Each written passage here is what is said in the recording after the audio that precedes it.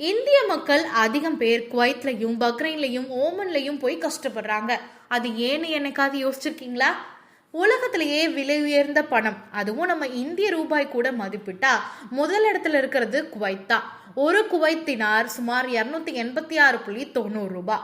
அதுக்கு அடுத்த இடத்துல இருக்கிறது பக்ரைனுடைய தினார் 234 ரூபாய். அதுக்கு அடுத்த இடத்துல இருக்கிறது ஓமனுடைய ரியால் 225 ரூபாய்.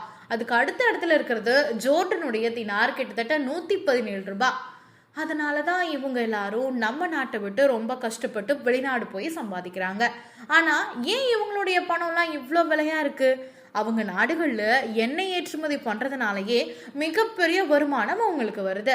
ஆனா நம்ம இந்திய ரூபாய் உலக சந்தையில ஒரு பெரிய அளவுல பயன்படக்கூடிய நாணயமா தான் இருக்கு. வெளிநாடுகள்ல கஷ்டப்பட்டு வேலை பார்க்கக்கூடிய அவங்களுக்கு மட்டும்தான் தெரியும் என்னதான் கையில காசு வந்தாலும் அவங்களுடைய ஃபேமிலியை எந்த அளவு மிஸ் பண்றாங்க அப்படின்னு.